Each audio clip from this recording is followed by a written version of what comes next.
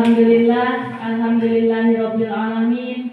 Assalatu wassalamu ala asrofil anbiya'i wal mursalin wa ala alihi wa sahbihi rasulillahi ajmain. Puji beserta syukur marilah kita ucapkan kehadiran Allah Subhanahu wa taala yang telah memberi kita nikmat kesehatan dan nikmat kesempatan sehingga kita bisa hadir di sekolah yang kita cintai ini dalam rangka seminar tentang diseminasi budaya positif CGP Angkatan 11 tahun 2024 Kabupaten Pasaman SMPN 1 Rawa Utara yang akan disampaikan oleh Bapak Muhammad Asgul SPDI. Selawat beriringkan salam tak lupa dan tak bosannya kita kirimkan ke arwah junjungan Nabi besar kita Muhammad Sallallahu Alaihi Wasallam yang berlafazkan Allahumma sholli ala Sayyidina Muhammad wa ala ali Sayyidina Muhammad.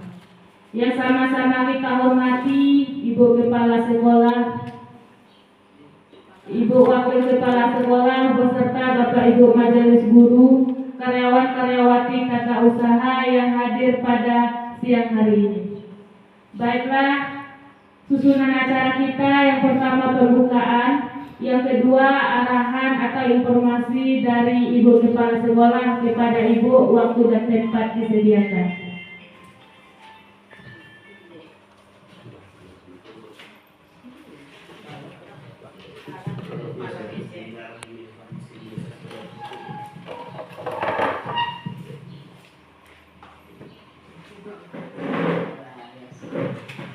Bismillahirrahmanirrahim.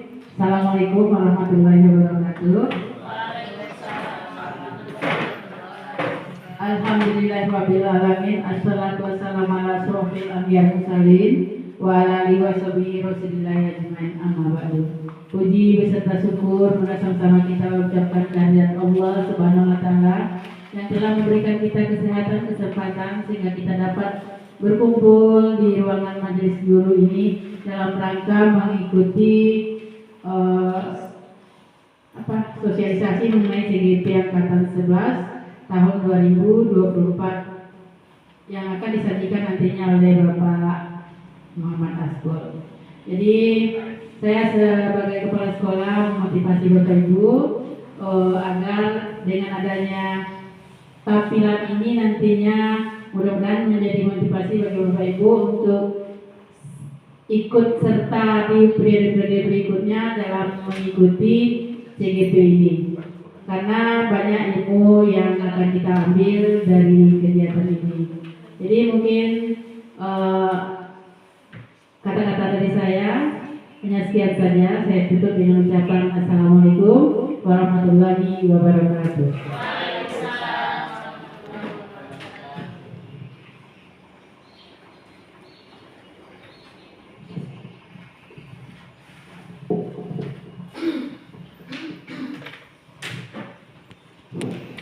Terima kasih kita ucapkan kepada Ibu yang telah memberikan informasi kepada kita semua. Acara selanjutnya penyampaian materi oleh Bapak Muhammad Asgul tentang diseminasi budaya positif SMPN 1 Rawa Utara. Kepada Bapak dipersilakan.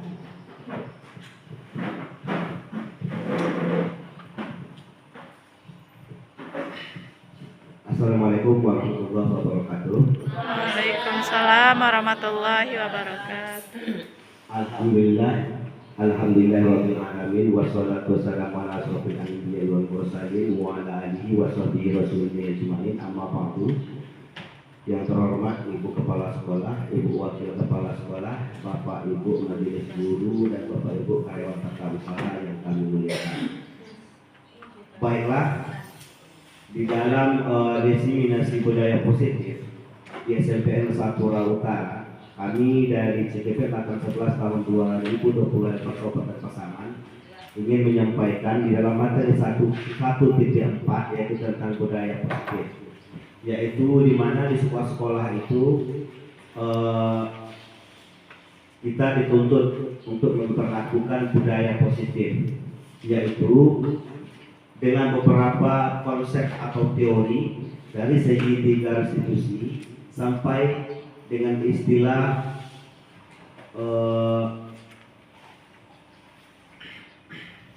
kesepakatan kelas. Yang pertama, konsep inti budaya positif, yaitu perubahan paradigma belajar. Selama ini kita kenal dengan singkat saja, kita kenal dengan istilah teacher center. Dengan perubahan paradigma, maka sekarang berubah menjadi student center. Berarti pusat pendidikan yang selama ini berpusat kepada guru, hari ini berpusat kepada siswa. Salah satu wujud inilah yang kita sebut dengan merdeka belajar. Dengan konsep bahwa anak-anak itu ibaratkan kita guru sebagai petani dan anak-anak itu sebagai padi. Dalam arti kata, kita guru hanya bisa berusaha semaksimal mungkin bagaimana padi ini tumbuh kembang sesuai dengan kodratnya. Tapi kita tidak bisa merubah padi itu akan berubah jadi jagung, itu tidak akan mungkin. Dan juga kita tidak punya hak paten untuk memati dan menghidupkan tumbuhan tersebut. Kita hanya berusaha semaksimal mungkin menumbuhkan padi dari tidak subur menjadi subur. Nah, itu konsep kasarnya. Kemudian perubahan paradigma belajarnya seperti itu. Berarti kita hanya dalam pembelajaran dengan peserta didik, kita hanya bisa mengarahkan, membawa, mengajak, berdiskusi dan berdialog serta membuat kesepakatan apa yang ingin kita tuju bersama peserta didik dalam ruang kelasnya. Yang kedua, disiplin positif. Disiplin positif ini bersumber dari kesepakatan kelas. Kita tanya anak apa dan bagaimana yang mereka inginkan dalam kelas itu, dan apa poin-poin yang akan kita tuntut di dalam kelas itu untuk kedisiplinan. Sehingga ketika anak melakukan pelanggaran, kita tidak perlu lagi mencari hukumannya. Kenapa? Tidak perlu lagi mencari konsekuensinya. Kenapa? Karena kita sama anak sudah punya kesepakatan. Maka mereka akan fokus ke konsep yang kita sepakati bersama, yaitu kesepakatan kelasnya. Yang kedua, nilai-nilai kebajikan. Di dalam restitusi, bahwa anak yang melakukan kesalahan tidak dianjurkan kita menghukum secara psikis, tapi mengembalikan kepercayaan dirinya untuk menyadari kesalahan-kesalahan yang dilakukannya. Kemudian kebutuhan dasar manusia. Kebutuhan dasar manusia itu ada beberapa. Yang pertama, kasih sayang, motivasi, dan lain-lainnya. Semua terangkum dalam kebutuhan manusia. Kebutuhan kasih sayang, kebutuhan berkembang, kebutuhan yang lainnya. Kemudian ini akan terakomodasi ketika kita menggali potensi anak peserta didik kita. Kemudian motivasi perilaku manusia. Motivasi perilaku manusia, manusia butuh dimotivasi. Setiap tindak tanduk anak didik kita butuh motivasi dan kita bagaimana anak itu berkembang dengan baik. Anak diibaratkan seperti padi tadi. Kita pupuk, kita tanam, kita jaga sedemikian rupa sehingga dia mengembangkan bakat sesuai dengan minatnya. Kemudian posisi kontrol. Posisi kontrol guru itu banyak. Salah satunya sebagai penghukum. Yang kedua, posisi kontrol guru itu sebagai pengayom. Yang ketiga, sebagai manajer. Kita berharap guru itu sebagai manajer yang mengatur, yang mengarahkan dan membimbing anak sesuai dengan bakatnya. Kemudian keyakinan kelas. Keyakinan kelas adalah kesepakatan kita bersama dengan anak-anak tentang apa yang harus mereka lakukan di sekolah itu, tentang datang terlambat, tentang jam berapa masuknya, tentang siapa yang membuli, siapa yang melanggar aturan, apa yang akan mereka inginkan, konsekuensi dari apa yang mereka lakukan. Kemudian segitiga restitusi. Segitiga restitusi juga hal yang sama, yaitu dalam pemecahan masalah peserta didik kita. Kemudian paradigma belajar ini. Perhatikan gambar berikut ini. Gambar yang pertama adalah seorang guru ketika anak datang terlambat, maka guru mendikte anak tersebut apa salahnya dan belajar menonton dengan catatan seperti kita di sekolah dulu, tangan dilipat di atas meja dan berbagai macam jenisnya. Kemudian gambar yang kedua, gambar anak belajar di alam terbuka. Berarti kebebasan anak dalam berekspresi dalam belajar, bukan teori tapi langsung ke prakteknya. Kemudian perubahan paradigma belajar. Dulu menuntut, sekarang menuntut. Dalam arti kata, dulu kita menuntut anak harus hafal ini, harus bisa bikin ini, kalau tidak di kelas. Kalau sekarang kita menuntut anak, bagaimana anak itu bisa mencapai sesuatu hal, sesuatu pelajaran yang kita berikan kepada anak, walau dengan jangka waktu yang berbeda-beda. Dan kita kenal dengan fase. Fase itu tidak menuntut anak itu harus tuntas dalam setahun materi ini, tidak. Tapi selama 3 tahun berturut-turut anak itu akan dipacu dengan materinya. Ada yang 3 bulan tuntas, ada yang 6 bulan, ada yang bahkan butuh setahun. Namun ujung-ujungnya anak itu tuntas ke seluruh mata pelajaran. Kemudian disiplin positif dan nilai-nilai kebencian. Makna kata disiplin, di mana ada kemerdekaan, disitulah harus ada disiplin yang kuat. Sungguh pun disiplin itu bersifat disiplin, yaitu kita sendiri yang mewajibkan kita dengan sekeras-kerasnya, tetapi itu sama saja. Sebab jikalau kita tidak cakap melakukan self-disiplin, wajiblah penguasa lain mendisiplinkan diri kita. Dan peraturan demikian itu harus ada di dalam suasana yang merdeka. Itu menurut Ki Hajar Dewantara. Kemudian nilai kebajikan, profil Pancasila. Yang pertama, beriman bertakwa kepada Tuhan Yang Maha Esa dan berakhlak mulia. Kemudian mandiri, bernalar kritis, berkebinekaan global, bergotong royong, kreatif. Kemudian bertunjuk seumur hidup. Yang pertama, keterampilan hidup, lurus hati, pendengar yang aktif, tidak merendahkan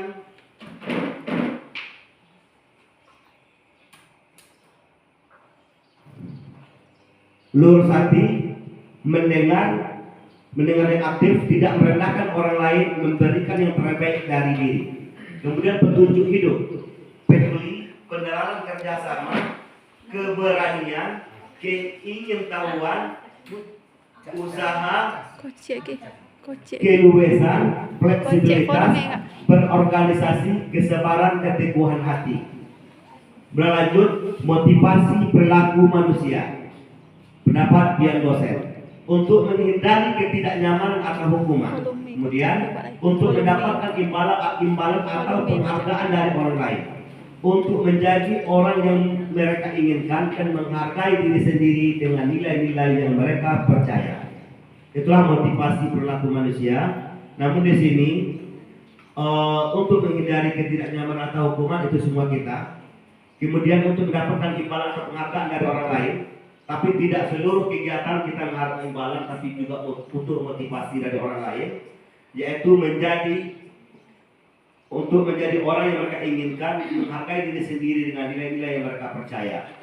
Lanjut, hukuman, yaitu hukuman PS sanksi konsekuensi. Hukuman bersifat tidak terencana atau tiba-tiba. Anak atau murid tidak tahu apa yang akan terjadi dan tidak dilibatkan. Sanksi atau konsekuensi sudah terencana atau sudah disepakati, sudah dibahas dan disetujui oleh murid dan guru. Inilah bedanya hukuman dengan sanksi.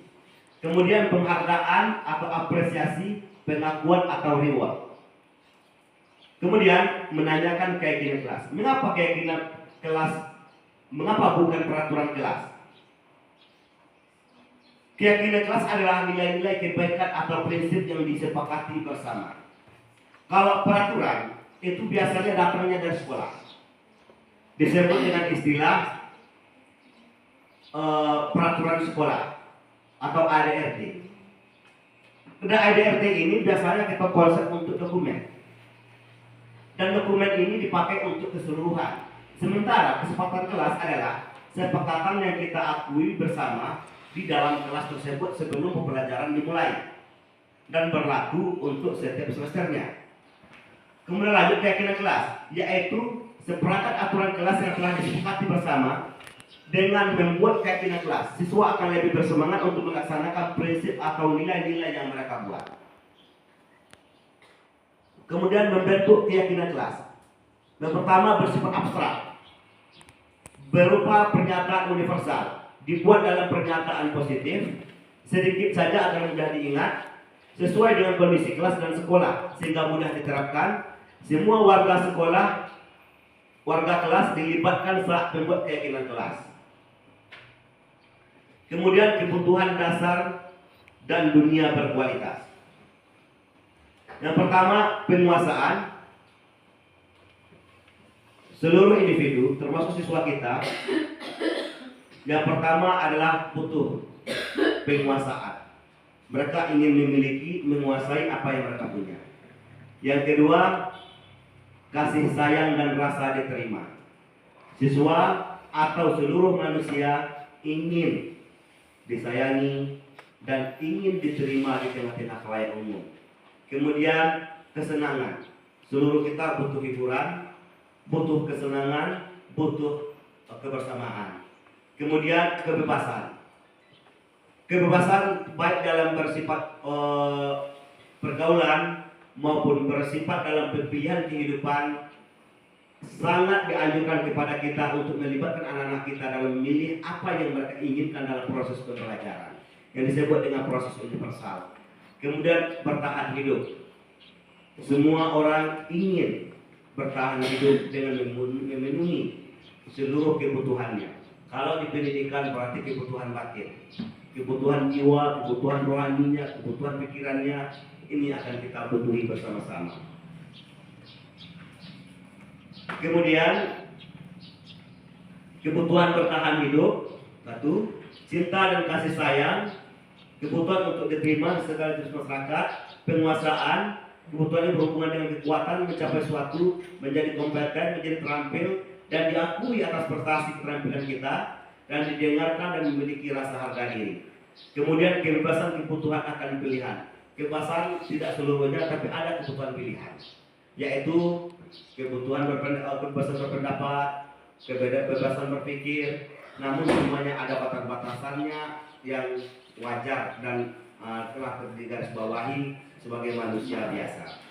Kemudian kesenangan, kebutuhan untuk merasa senang. Anak-anak kita berhak untuk mendapat rasa senang, bermain-main di sekolah, nyaman, aman, tentram, tanpa ada bully. Kemudian dunia berkualitas. Dunia berkualitas adalah yaitu dengan mengadopsi pendidikan-pendidikan yang bermutu dengan kualitas yang baik, menyenangkan. Kemudian anak-anak itu bisa berinteraksi dengan media sosial. Dan di sini pada dasarnya anak-anak itu boleh memegang Android, tapi dengan catatan HP Androidnya telah terkoneksi dengan IKI gurunya masing-masing atau Google Drive bapak ibunya masing-masing, sehingga tugas mereka bisa kerjakan, mereka bisa bermain HP, tapi bukan untuk bermain-main, tapi untuk pembelajaran yang lebih baik. Kemudian pertanyaan pemantik. Pertanyaan pertama, apa yang akan Bapak Ibu lakukan jika ada siswa yang terlambat datang ke kelas? Silakan Bapak Ibu yang bisa menjawabnya.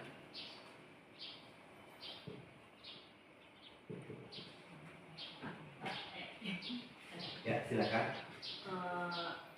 Yang akan saya lakukan jika ada anak yang datang terlambat ke kelas adalah kembali menanyakan kepada siswa tentang keyakinan kelas yang telah dibuat sebelumnya.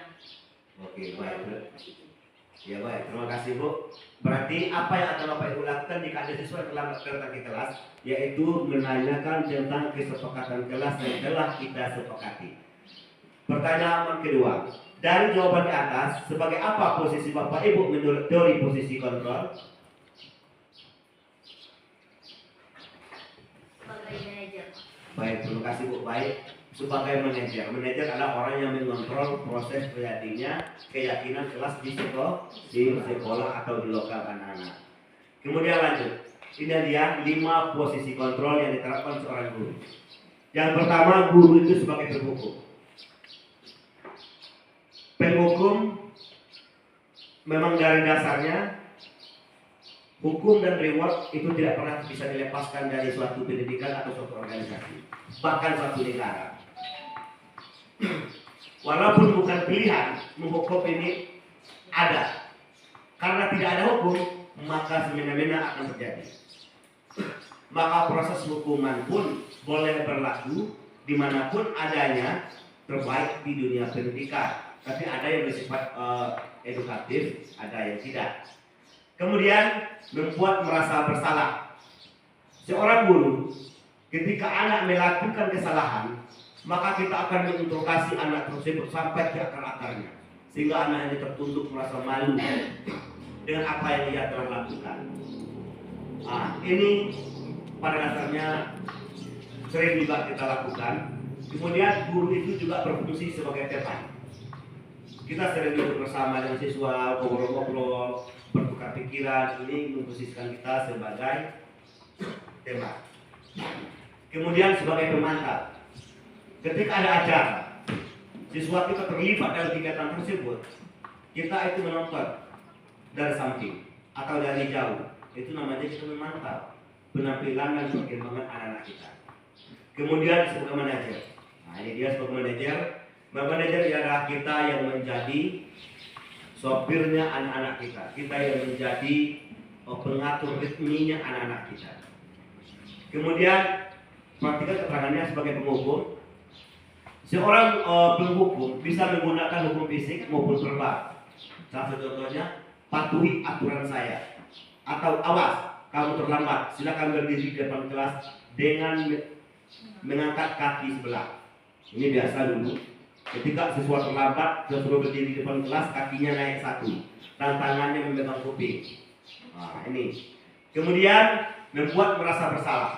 Guru akan berusaha lemah lembut dan akan menggunakan keheningan yang membuat orang lain merasa tidak nyaman, bersalah atau rendah diri.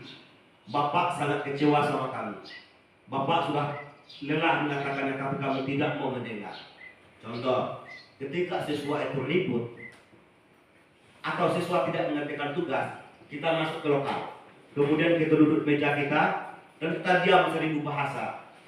Dari ribut siswa berubah menjadi hening juga, dan siswa serba bingung apa yang harus mereka lakukan. Ini sering terjadi. Kemudian tema, guru pada posisi ini tidak akan menyakiti murid, namun akan tetap mengontrol murid melalui persuasi. Ayolah lakukan demi ibu. Ingat tidak, ibu juga pernah bantu. Nah, jadi seolah saling memberi. Kita sama murid seolah sama-sama seperti tema. Hari ini kita yang ngasihnya, besok dia yang mengasih kita, seperti itu. Lanjut sebagai pemantau. Guru memantau, menguasai atas perilaku siswa. Biasanya pemantau berdasarkan peraturan dan konsekuensi peraturannya apa yang telah kamu lakukan, sanksi atau konsekuensinya apa. Nah, ini guru sebagai pemantau. Kemudian sebagai manajer, guru persilakan murid bertanggungjawabkan perilakunya, mendukung murid agar dapat menemukan solusi atas permasalahannya sendiri. Apa yang kita yakini? Apakah kamu meyakininya? Apa cara kamu untuk memperbaiki hal ini? Jadi di sini posisi guru itu hanya sebagai manajer. Seandainya siswa itu ada yang bersalah, guru hanya menanyakan apa yang kamu yakini tentang apa yang kamu perbuat. Maka ketika siswa itu sudah menyadari kesalahannya, maka apa rencana kamu untuk memperbaiki hal ini? Maka siswa itu akan disuruh berpikir ulang tentang apa yang ia telah lakukan. Kemudian segitiga restitusi. Restitusi adalah proses menciptakan kondisi bagi murid untuk memperbaiki kesalahan mereka, sehingga mereka bisa kembali pada kelompok mereka dengan karakter yang kuat. Tujuan dalam segitiga restitusi adalah membimbing murid-murid berdisiplin positif dengan motivasi yang berasal dari dalam atau internal diri sendiri. Kemudian ini dia segitiga restitusi. Yang pertama, validasi kebutuhan. Yang kedua, menstabilkan identitas. Yang ketiga, menanyakan keyakinan kelas. Ketika siswa itu melakukan kesalahan, maka kita melakukan validasi kebutuhan. Siswa yang nakal biasanya ada hal-hal yang tidak nyaman, sehingga melanggar peraturan. Kemudian dari apa yang ia langgar, apakah anak bapak puas dengan apa yang anak bapak berbuat, maka siswa itu akan menjawab tidak. Kemudian akan kita menstabilkan identitasnya dengan cara, baiklah, tidak ada manusia yang tidak bersalah, nak. Hari ini kamu telah menyadari kesalahan kamu, maka dengan sebab itu apa yang telah kita sepakati dengan apa yang telah kamu lakukan, dan bagaimana solusinya atas apa yang kamu lakukan, dan apa yang anak bapak harus berbuat, kan seperti itu. Kemudian setelah itu dia sadari, baru kita menanyakan keyakinan kelas. Keyakinan kelas yang mana yang anak bapak langgar? Setelah dia menyadari keyakinan kelas yang dilanggarnya, maka dia akan berbuat apa yang telah disepakatinya. Kemudian yang pertama, menstabilkan identitas. Ini dia yang sudah kami terangkan tadi. Lanjut. Kemudian validasi kebutuhan. Semua anak bisa saja melakukan kesalahan. Kemudian anak akan tetap maukah kamu belajar cara lain untuk mendapatkan yang kamu butuhkan tanpa harus mengukur? Apa kamu bisa melakukan yang lebih baik lagi besok lagi? Ini sebuah pertanyaan yang untuk ditajukan kepada anak-anak yang melakukan kesalahan. Kemudian menanyakan keyakinan kelas. Keyakinan kelas setelah kita sepakati, maka kita bisa menanyakan kepada anak tersebut kesepakatan mana yang telah dia langgar. Kemudian guru merdeka, murid bahagia, mewujudkan pendidikan yang berkualitas. Demikian saja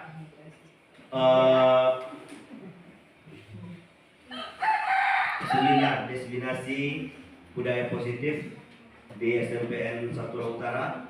Terima kasih atas partisipasinya dan kami ucapkan Assalamualaikum warahmatullahi wabarakatuh. Waalaikumsalam warahmatullahi wabarakatuh. Terima kasih kita ucapkan kepada Bapak yang telah menyampaikan materi seminar tentang diseminasi budaya positif di SMPN Satu Utara. Dari materi tadi dapat kita tarik kesimpulan bahwa konsep inti budaya positif itu ada 8. Yang pertama, perubahan paradigma belajar. Yang kedua, disiplin positif. Yang ketiga, nilai-nilai kebajikan. Yang keempat, kebutuhan dasar manusia. Yang kelima, motivasi perilaku manusia. Yang keenam, posisi kontrol. Yang ketujuh, keyakinan kelas dan segitiga restitusi. Sampai di sini seminar kita pada siang hari ini. Saya sebagai pembawa acara mengucapkan terima kasih kepada Bapak Ibu yang telah bersedia hadir, dan mohon maaf apabila ada kata saya yang kurang berkenan di hati Bapak Ibu. Saya sudahi. Assalamualaikum warahmatullahi wabarakatuh.